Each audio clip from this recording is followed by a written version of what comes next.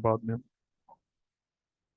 अच्छा बेटा, इस तरह से कि आप सबको जैसा कि पता है, ये कौन कौन से बैच के हैं बेटा, काइंडली मुझे एक बार बता दें।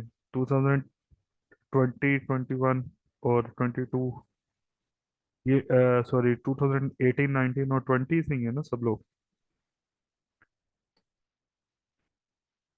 Yes sir. ये सर 18 का सर मैं ही हूँ, मेरा ख्याल ये 21 के होंगे या 22 के होंगे। अच्छा, ज्यादा। 2020 के सर ज्यादा है। यार एनर्जी का एक स्टूडेंट जो मुझे मुसलसल मैसेज कर रहा था, मुझे नाम नहीं उसका याद, वो कह रहा था मेरे साथ कांटेक्ट में हैं सारे बैचेस। सर वो पता सबको नहीं ना आया 12 बजे का असल में टाइम दिया था। तो ताकि। सबको ना 12 बजे का टाइम दिया था, इस वजह से कुछ अभी ऑफलाइन है। मैसेज सबको किए हुए लेकिन वो सीन नहीं किए। यार वो तो ठीक है आपकी बात, लेकिन इसमें कौन सा इश्यू है? इंटरनेट आजकल सबके पास अवेलेबल है, जिसके पास अभी अवेलेबल होगा उसके पास घंटे बाद भी अवेलेबल होगा। चलें, ये कुछ नहीं खैर सर, हम किसी स्टार्ट सीनियर करते हैं। अच्छा, इस तरह कहा से जा बेटा कि आपको जैसा कि पता है कि आपकी पाकिस्तान इंजीनियरिंग काउंसिल से लेवल 2 एक्रीडिएटेड डिग्री है, आपने सुना होगा वाशिंगटन अकॉर्ड ओबी लेवल 2 डिग्री के स्टार्ट से लेके एंड तक आप सब लोग सुनते रहे हैं कि ये होता है वो होता है, जो भी आपने सब कुछ सुना होगा, ठीक है। तो ऐसा सिनेरियो ऐसा है कि मैं आपके साथ एक ये प्रेजेंटेशन शेयर कर रहा हूँ इस पे। ये बेसिकली लेवल 2 होता गया। मैं इसको डिटेल में पहले आपके साथ शेयर करूंगा। एट द एंड आप लोगों ने कोई भी आपका क्वेश्चन हो, आप लोग फ्रीली आस्क कर सकते हैं, ठीक है। ड्यूरिंग प्रेजेंटेशन काइंडली आपसे रिक्वेस्ट है कि अपने माइक ऑफ रखिएगा सब लोग, जो क्वेश्चन हो आप नोट करते जाइएगा। At the end of session मैं आपको टाइम दूंगा बेटा, तब हम लोग इसे डिस्कस कर देंगे। अच्छा, इस तरह से कि हमने देखना है कि अपॉर्चुनिटीज़ क्या है हमारे pass on the basis of जो वाशिंगटन अकॉर्ड लेवल 2 डिग्री है, उसके हमें बेनिफिट्स क्या हैं। बेटा सबसे पहले जो मेरा ये मकसद था, मैंने देखा मेरे चंद एक क्लास स्टूडेंट्स जो आपके क्लास फेलोज होंगे सीनियर्स के, तलहा के स्पेशली 2018 बैच से जो 22 में पास आउट हुए। मैं तब भी इन्हें पढ़ा रहा था कुछ लोगों को, लेकिन इन्हें शायद मैसेज डिलीवर नहीं हुआ, जिसकी वजह से मुझे ये सेमिनार कंडक्ट करने की ज़रूरत पेश आई। एक्चुअल में ऐसा है बेटा कि वाशिंगटन अकॉर्ड लेवल 2 आज नहीं शुरू हुआ, ये 2016 में पाकिस्तान में हो गया था, यानी कि 2012 से ये आया था। और फर्स्ट बैच जो था 2012 का वो पास आउट हुआ 2016 में, जो कि जिसमें से मेरे क्लास फेलोज भी इंक्लूडेड हैं, मतलब मेरा भी बैच 2016 में रिकॉग्नाइज था वाशिंगटन अकॉर्ड लेवल 2, जो फर्स्ट टाइम डिग्री पाकिस्तान में रिकॉग्नाइज थी पाकिस्तान इंजीनियरिंग काउंसिल की। इसके बेनिफिट्स की बाद में बात करते हैं, उससे पहले आपको ये बता दूं थोड़ा सा कि ये क्या है, इसका पर्सपेक्टिव क्या है। बेटा ये एक अकॉर्ड है, अकॉर्ड आपको पता है एक कानून कह लें, कानून का एक कायदा है कि वो ये क्राइटेरियाज अगर फुलफिल करेंगे आप लोग, तो आपकी डिग्री इन आप उसके अकॉर्डिंग होगी, मतलब एक इंटरनेशनल लेवल पे रिकग्नाइजेशन। सॉरी। तो इस तरह से हुआ कि ये अकॉर्ड लेवल 2 से हुई, उसके बाद लोगों को अवेयरनेस आई। इसके सिनेरियो क्या है, आपने 2 साल के अंदर अंदर अपना वीज़ा फाइल करना होता है। लोग स्टडी वीज़ा का डिफरेंट, लोगों के डिफरेंट पाथवेज हैं कि वो चूज़ करते हैं कि हम कैसे अब्रॉड मूव कर सकें। तो बेटा लोग, बहुत सारे लोग क्या करते हैं, स्टडी वीज़ा चूज़ करते हैं। ऑस्ट्रेलिया एक ड्रीम अपॉर्चुनिटी है, ये सिर्फ ऑस्ट्रेलिया के लिए वैलिड है। जिन्होंने कनाडा या यूएस जाना है उनके लिए ये परमिट काम नहीं आएगा। लेकिन आपको तो अब्रॉड जाना है, तो पाकिस्तान से तो बेहतर अपॉर्चुनिटीज, बेहतर इंफ्रास्ट्रक्चर आपको मिल जाएगा। तो विशेंटर अकॉर्ड लेवल 2 डिग्री होने से हमें क्या होता है, अपॉर्चुनिटी मिलती है कि हम अब्रॉड ऑस्ट्रेलिया मूव कर सकते हैं सबसे पहले। और ऑस्ट्रेलिया मूव करने के लिए 3-4 क्राइटेरियाज हैं। कौन कौन लोग मूव कर सकते हैं, वो सब लोग आप ऑलमोस्ट फॉलो करेंगे, क्योंकि आपकी विशेंटर अकॉर्ड लेवल 2 डिग्री चाहिए होती है, जो पीसी लेवल 2 पे एग्री इंजीनियरिंग और एनर्जी सिस्टम इंजीनियरिंग हमारी फैकल्टी की 2 डिग्रीज हैं जो एक्रीडिएटेड हैं। और वो कब से एक्रीडिएटेड हैं? 2018, 19 और अब 20 भी इंशाल्लाह होने जा रहा है। तो ये 3 बैचेस यानी कि इसमें एलिजिबल हैं और आने वाले भी होंगे। अच्छा, इसमें जस्ट बैचलर नहीं, इसी टाइम ड्यूरेशन के दौरान अगर आपका मास्टर्स या पीएचडी भी कंप्लीट हुई है, वो लोग भी एलिजिबल हैं, क्योंकि उनके लेवल 2 नहीं डिफाइन होते, लेकिन बैचलर की डिग्री के लेवल्स डिफाइन होते हैं। उसी की बेस पे अगर उसकी लेवल 2 की बैचलर, जैसे हमारी एनर्जी सिस्टम और एग्री इंजीनियरिंग है, अगर किसी ने मास्टर्स और पीएचडी उस ड्यूरेशन के दरमियान में किया है, तो वो भी एलिजिबल है। अच्छा, ये एलिजिबिलिटी में एक तो ये चीज़ आ गई, आपकी रिसेंट डिग्री हो विद इन 2 इयर्स और आपने पहले ये वीज़ा अवेल ना किया हो, वो definitely bachelor graduate first time ही अवेल कर रहे होंगे। उसके बाद बेटा आपका क्या है, इंग्लिश की रिक्वायरमेंट होती है, पीटीई की रिक्वायरमेंट होती है। ये कुछ एक रिक्वायरमेंट्स हैं। अच्छा, इसमें रिक्वायरमेंट्स तो हम डिस्कस करते हैं और स्टेप बाय स्टेप चलते हैं आगे। सबसे पहले इसमें इंट्रोडक्शन आपको बता दिया, इसका फायदा क्या होता है बेटा। इसमें आप क्या करते हैं, 18 मंथ के लिए आपको वर्क परमिट मिलता है, जिसमें आपको लीगली राइट होता है कि 18 मंथ में उधर जाके आप रह सकते हैं, आप पढ़ सकते हैं, आप स्टडी कर सकते हैं 18 मंथ के लिए। डेफिनेटली स्टडी वीज़ा फिर वही बात आ जाएगी कि आपका 6 से 7 मिलियन लगेगा, मतलब 60 से 70 लाख इस वक्त करंट सिनेरियो में। आपकी बैंक स्टेटमेंट के चार्जेस, आपके ट्यूशन फीस के चार्जेस, ट्रैवलिंग के चार्जेस 60 से 70 लाख के बिटवीन जा रहे हैं। जबकि इस वीज़ा से आपको क्या होगा, ये हर एक के लिए नहीं है, ये जस्ट इंजीनियर्स के लिए है और किसी भी डिग्री के लिए नहीं है। तो आपको क्या होता है, 1.5 साल का वर्क परमिट मिलता है। वो परमिट क्या कहता है, वो कहता है कि आप 40 आवर्स काम कर सकते हैं। जैसे एक रेगुलर बंदा उधर का पीआर परमानेंट रेजिडेंट करता है काम, उसी तरह से आप कर सकते हैं। अब इसमें रिक्वायरमेंट्स इसकी क्या क्या है, कि आपकी डिग्री रिक्वायर्ड जो है इंटर लेवल 2 पे हो, with in last 2 years, bachelor in engineering, masters in engineering और पीएचडी इन इंजीनियरिंग। अच्छा, आइट्स या पीटी जनरली आपको चाहिए होता है, आइट्स में 6 ओवरऑल, किसी भी बैंड में आपके 5 से कम ना हो। इवन ओईटी, लेकिन ओईटी मेडिकल्स के लिए होता है, आपको नहीं जरूरत। पीटीई जिसमें पेयरसन टेस्टिंग ऑफ होता है इंग्लिश, जिसमें एकेडमिक है, और इसका ओवरऑल कितना बैंड स्कोर 50 चाहिए। किसी भी बैंड में आपका 36 से कम ना हो, यानी कि 5 के इक्विवेलेंट 36 होता है पीटीई में। ये इंग्लिश की प्रोफिशिएंसी है, क्योंकि आप इंग्लिश कंट्री में कर रहे हैं, तो आपकी मिनिमम। और ये बेटा जो भी ग्रेजुएट है उसकी ओवरऑल 6 नहीं आते, तो उसे अपने बारे में सोचना चाहिए। तो 2 इयर्स आप एलिजिबल हैं इस वीज़ा के लिए। उसके बाद आपकी एज जो 31 ईयर से अगर ज़्यादा होगी, जब आप टाइम ऑफ एप्लीकेशन लगा रहे हैं, जब एप्लीकेशन आप पुट अप कर रहे हैं वीज़ाज के लिए, उस वक्त पे आपकी 31 साल से कम एज हो। अच्छा, इसमें जैसे ही आपकी डिग्री आती है, आपको एचईसी से अटेस्टेशन या कोई भी और बॉडी से अटेस्टेशन की कोई भी ज़रूरत नहीं। सिंपली आपकी जो डिग्रीज हैं यूनिवर्सिटी इशू करता है, उससे आप कर सकते हैं। एक ऑस्ट्रेलियन डॉलर ऑलमोस्ट आज शायद 200 के करीब है। ये तो एक रफली एक कैलकुलेशन है। और इसकी एम्बेसी की जो फीस है वीज़ा की, जस्ट वो क्या है, 75,000, या आप कहने 80,000 मैक्सिमम आपकी क्या है फीस है, जो इस वीज़ा को अप्लाई करनी है। उसके बाद आपको हेल्थ इंश्योरेंस लेनी पड़ेगी, ये वेरी करती है आपकी एडिक्वेट हेल्थ पे। अगर आप फिट हैं तो कोई खास नहीं होगी। ये भी ऑलमोस्ट इतना खर्चा है वीज़ा जितना। उसके बाद आपको जो ये है, इसमें प्रोसेसिंग में 6 to 8 मंथ्स लगते हैं, जो रिड्यूस होते जा रहे हैं 2 से 4 माह। ये आप देख रहे होंगे बैक एंड पे 1.5 साल लग रहा है, अभी 2021 के फर्स्ट मंथ के आ रहे हैं। वो 1.5 साल क्यों लग रहा है बेटा, वो बैकलॉग था, आपको कोविड का पता था, एम्बेसीज बंद थी, ट्रैवलिंग इंटरनेशनल बंद थी, इस वजह से वो रोका हुआ था। और इसमें पीटीई की फीस है कोई 60-70 हज़ार, 60 से 65 हज़ार ऑलमोस्ट आती है। बेसिक फीस आपको बता दी। कंसल्टेंसी फीस अगर आप किसी से कंसल्टेंट से कंसल्टेंसी फीस लेते हैं, तो वो आपको वेरिएबल डिमांड करेगा, कोई 1 लाख, 1.5 लाख, 2 लाख, ये अपनी अपनी फीसेज हैं पाकिस्तान में, आपको पता है इसका क्या है। ये जस्ट बेटा एक फॉर्म है, वो आप खुद से भी फिल कर सकते हैं। अगर आपने अटेस्टेशन करवानी है एचईसी से, वो 10,000 चार्जेस हैं, लेकिन उसकी रिक्वायरमेंट नहीं है सच। और टिकट की प्राइस ऑलमोस्ट 4,90,000 है। तो टोटली ये बेटा 7 लाख का एक्सपेंस ऑलमोस्ट है, जो आपने बेयर करना है, और आपने ट्रैवल कर जाना है उधर तक जाने तक। जबकि इसमें आपके 99% अगर आपका कोई भी फ्रॉडुलेंट डॉक्यूमेंट नहीं है, डेफिनेटली आप ग्रेजुएट हैं, आपकी डिग्री है, इसमें कोई मिनिमम रिक्वायरमेंट नहीं है कि आपने कितना सीजीपीए लिया हुआ है, क्या है आपके। आपका जो भी सीजीपीए डिग्री अगर आपके पास है ओवरऑल, तो आप एलिजिबल हैं। समर लगे हैं नहीं लगे, वट्स एवर, आप टॉपर हैं, आप सब बराबर हैं। इंग्लिश का आपका टेस्ट ओरिजिनल है, ये नहीं हो कि फ्रॉडुलेंट आपने बनाया है डॉक्यूमेंट। पासपोर्ट आपका क्लियर हो, आपके बर्थ सर्टिफिकेट, अगर बर्थ सर्टिफिकेट तो ऐसा चाहिए नहीं होता, तो ये अगर आपके डॉक्यूमेंट्स में नहीं कहीं भी फ्रॉडुलेंट डॉक्यूमेंट कोई भी अटैच, तो आपका 100% वीज़ा आना ही आना है। कंपैरिजन क्या है बेटा, आपको जब स्टडी वीज़ा पे जाते हैं 20 आवर्स अलाउ है, उसका एक्सपेंस आपको बताया 5.5 मिलियन से 7 मिलियन तक है। जबकि इसमें 6 to 8 लाख है सिर्फ, और इसमें 100% आपको वर्क राइट्स हैं। अच्छा, फ्यूचर आप क्या देख रहे हैं, मतलब आप वीज़े पे चलेंगे इस पे। बेटा अगर तो आप इंजीनियरिंग की जॉब लेने में कामयाब हो गए, तो आप पाथवे आपका चेंज हो जाएगा, आप जॉब वीज़ा में पर ये 1.5 साल आप काम करें, लीगली करें, और आगे उनसे स्पॉन्सर्ड जॉब लें, कुछ टाइम के बाद आपकी क्या होगी, परमानेंट रेजिडेंट हो जाएगी। अगर आप इन केस नहीं कर पाते, आपको जॉब नहीं सिक्योर होती अपनी इंजीनियरिंग फील्ड में, तो सेकंड ऑप्शन आपके पास ये होता है कि आपने एक्सप्लोर कर लिया, आप उधर इवन ओल्ड जॉब्स करते हुए, मतलब जिसमें ऊबर है, अगर आपके पास ड्राइविंग लाइसेंस 1 ईयर्स ओल्ड है तो आप उससे ड्राइविंग कर सकते हैं।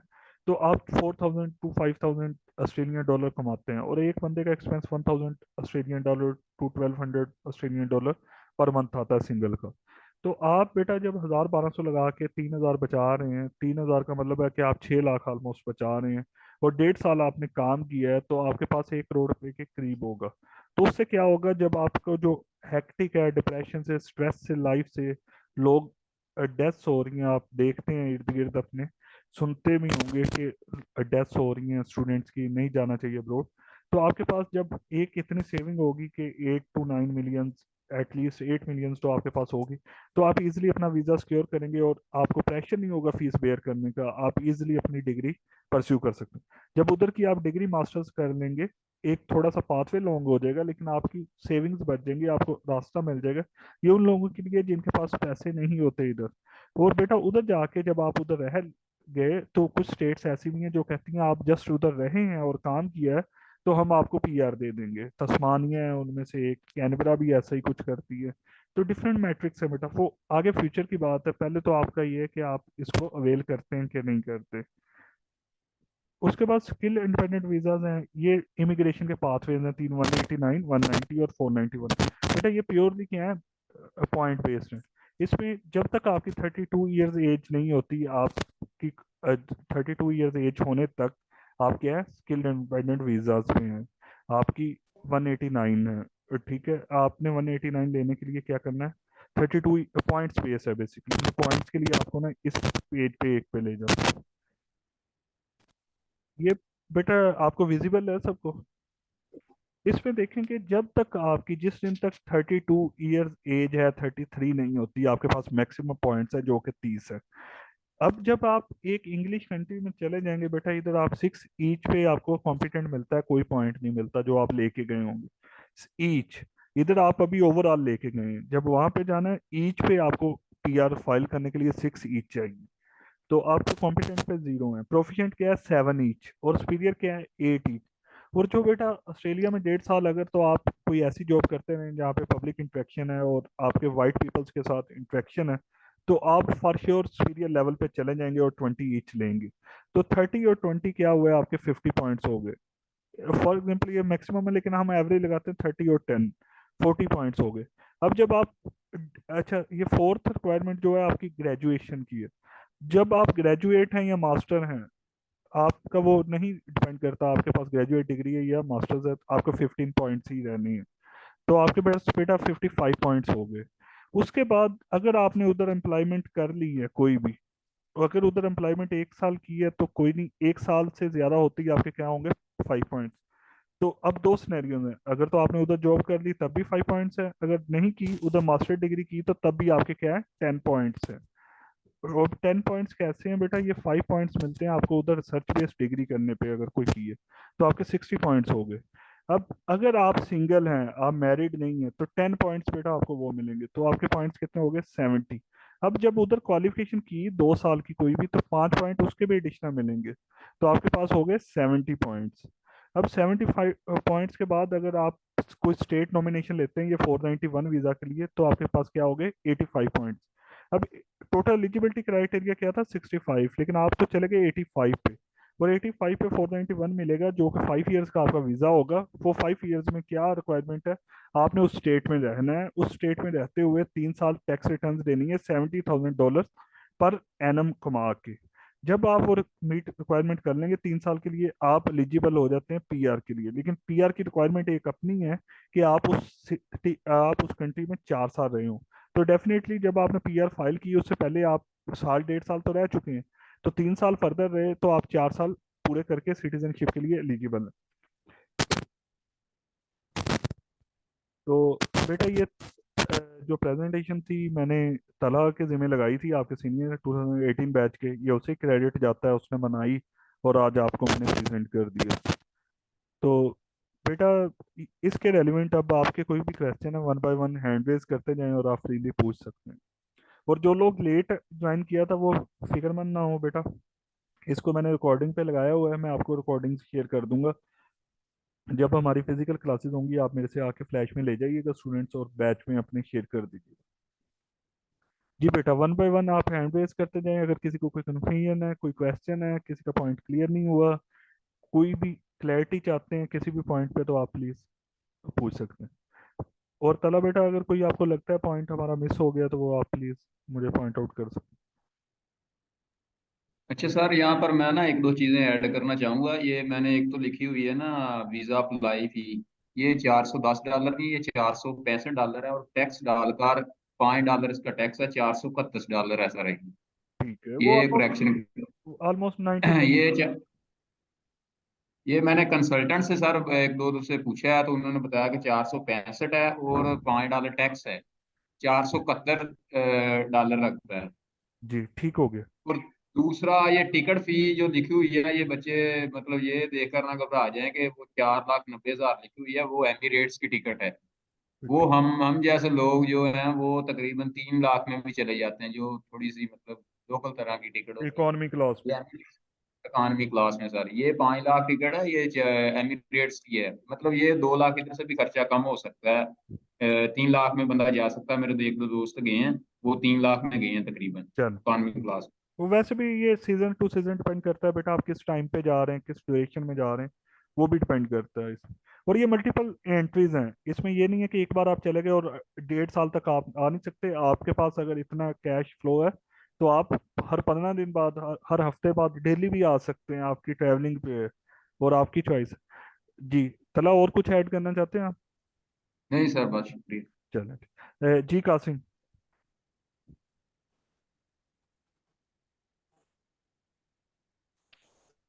मोहम्मद कासिम। अलैक्म सर। वालेकुम सलाम जी आवाज आ कासिम। रही है? जी जी कासिम। अच्छा सर, डिग्री मेरी बेटा आपका मैसेज कंप्लीट नहीं हुई है अब इसी साल में। तो मेरा एडमिशन हो गया है चाइना में इन्वायरमेंटल साइंस में। तो मैं मास्टर के बाद ये आपकी डिग्री कर कौन सी थी सकता बेटा? आपकी हूँ? डिग्री कौन सी थी, बैचलर? I am audible? आवाज आ रही है? बेटा डिस्टॉर्शन है बहुत ज्यादा आपकी आवाज में ना। आप राइट अप करते हैं चैट में मैसेज, मैं देख लेता हूँ। एग्रीकल्चर। अच्छा, एग्रीकल्चर इंजीनियर, अगर आप इसी साल पास आउट हैं, मतलब ओके। 2022 में पास आउट हुए हैं ना, 23 में तो अभी पास, 23 में हुए हैं आप बल्कि। ठीक है, 23 का जो हाँ पास आउट है बेटा, आप जी। 25 तक अप्लाई कर सकते हैं। इसी मतलब जिस दिन आपको साल। डिग्री इशू होगी, डिग्री पे कंप्लीशन डेट जो आएगी वो आपके रिजल्ट की नोटिफिकेशन डेट होगी, जिस दिन आपका रिजल्ट नोटिफाइड हुआ, और वो जुलाई अगस्त के राउंड अबाउट होता है, मोस्टली अगस्त होता है मेरे ख्याल में। तो अगस्त 25 तक आप एलिजिबल हैं, तो आप पहले अप्लाई करते हैं, क्योंकि इसके वीज़ा में जो 6 माह, साल या 4 माह जितना भी टाइम लगेगा, आपके पास जब वीज़ा आ गया उसके फौरन बाद जाना ज़रूरी नहीं होता, उसका भी कुछ टाइम फ्रेम होता है, आप उस टाइम के दरमियान में जा सकते हैं। तो आप अप्लाई कर दें, साइड बाय साइड वो प्रोसीजर चलता जाएगा। वैसे आप डिले करना चाहते हैं वो आपकी चॉइस है, क्योंकि बेटा प्लेसेस चेंज होती रहती हैं, ऑस्ट्रेलिया एक प्लेसेस पे कांस्टेंट नहीं रहता। ये 2016 से प्रोग्राम तो चल रहा है, चलने को ये अभी 20 साल चलता रहे, और दिल करे तो हाँ ये जी। अगले 3 माह बाद बंद हो जाए, फिर आप क्या करेंगे? लेकिन जब आपका वीजा ग्रांट हुआ होगा, उसे ये अबॉलिश नहीं कर सकते, खत्म नहीं कर सकते, अनलेस जब तक उसकी कंडीशंस मीट नहीं हो जाती। क्लियर है Qasim? Okay sir, thank you. Zaid. जी अस्सलाम वालेकुम सर। जी सर इसके लिए जो वर्क वीज़ा है तो उसमें कंपनी जो उधर फाइंड करनी है कि हमने जहाँ पे वर्क करना है जाके, वो कंसल्टेंट से ढूंढेंगे या हम खुद उसका नेट से सर्च करें? बेटा, जो वीजा की रिक्वायरमेंट है उधर कहीं भी आपको अभी एम्प्लॉयर की जरूरत नहीं है। यही हमारी कंफ्यूजन है, अभी कंसल्टेंट को इन वीजाज का पता ही नहीं है मोस्टली। एक सीएमएस माइग्रेशन वाले हैं लाहौर में, और मेरे ख्याल में इस्लामाबाद या कराची में उनका ऑफिस है सेकंड, वो बेटा इसको डील कर रहे हैं। लेकिन आपको मैं यही बताना चाहता हूँ, ये खुद वर्किंग कर रहे हैं, आपको एम्प्लॉयर की जरूरत ही नहीं है इस वीजा के लिए। ये वीजा आपका इंडिपेंडेंट वीजा है, एम्प्लॉयर की जरूरत तब है जब अगर आपने उधर जाके इंजीनियरिंग की जॉब ढूंढनी है, ठीक है? कंसल्टेंट का उधर क्या काम? क्लियर है बेटा? जी सर। अच्छा, ये एक स्टूडेंट का चैट में भी मैसेज आया हुआ है। ये क्या मैसेज था बेटा? सर अभी हम 7th सेमेस्टर में, हमें क्या करना होगा इसके लिए? बेटा आपको जस्ट अभी कुछ भी नहीं करना। आपने जस्ट एक कर सकते हैं इस वक्त पे अपना आइल्स इंप्रूव कर लें, आइल्स या पीटी का स्कोर कर लें बस, डेट्स ऑल। और अपने फंड्स अरेंज करें कि इतना का बजट आपके पास होना चाहिए, अपनी सेविंग्स करें या जैसे भी अरेंज करना है। और जिस दिन आपकी डिग्री होगी आप अप्लाई कर सकते हैं, जब आपके पास डिग्री इन हैंड आ जाए। जी बेटा, किसी और का कोई क्वेश्चन? ये सर जो पीटी का टेस्ट देना है उसकी कोई लिमिट होती है कि ये 3 मंथ टिकट चलेगा या 4 मंथ? बेटा पीटी का जब टेस्ट आप दे देते हैं वो 2 साल के लिए एलिजिबल होता है, उसकी वैलिडिटी 2 साल है। अच्छा सर, ये 19 बैच की जो अभी तक लेवल 2 की वो कंफर्मेशन हो गई है कि नहीं हुई अभी? बेटा ये आने वाली है मेरे ख्याल में, ये कोई विद इन 1 मंथ आ जाएगी मैक्सिमम। उसकी हो तो गई हुई है, एक्रीडेशन की टीम विजिट कर चुकी है, उसके पॉइंट्स वगैरह क्लियर है। होपफुली आपकी है 2019 बैच है ना जो 23 पास आउट, और होपफुली शायद ठीक में है। भी 2020 की भी साथ ही हो जाए, ये भी पॉसिबिलिटी है, हम्म। क्योंकि एडवांस ओके। बैच भी हो जाता है बाजू का ना। Okay sir. ये कुछ थैंक डिलेड यू। है, तो ये हो जाएगा। आप अपने बाकी डॉक्यूमेंट्स तैयार रखें 2019 बैच को, परेशान होने की ज़रूरत नहीं, इनका इंशाल्लाह हो जाएगा। जी बेटा, किसी और का कोई क्वेश्चन? क्लियर है सबको? Yes sir. चलें बेटा, ये मैं एंड कर रहा हूँ सेशन। और अगर कोई नहीं है आपका क्वेश्चन, तो ये रिकॉर्डिंग मेरे पास सेव है, तो इंशाल्लाह हम इसको शेयर कर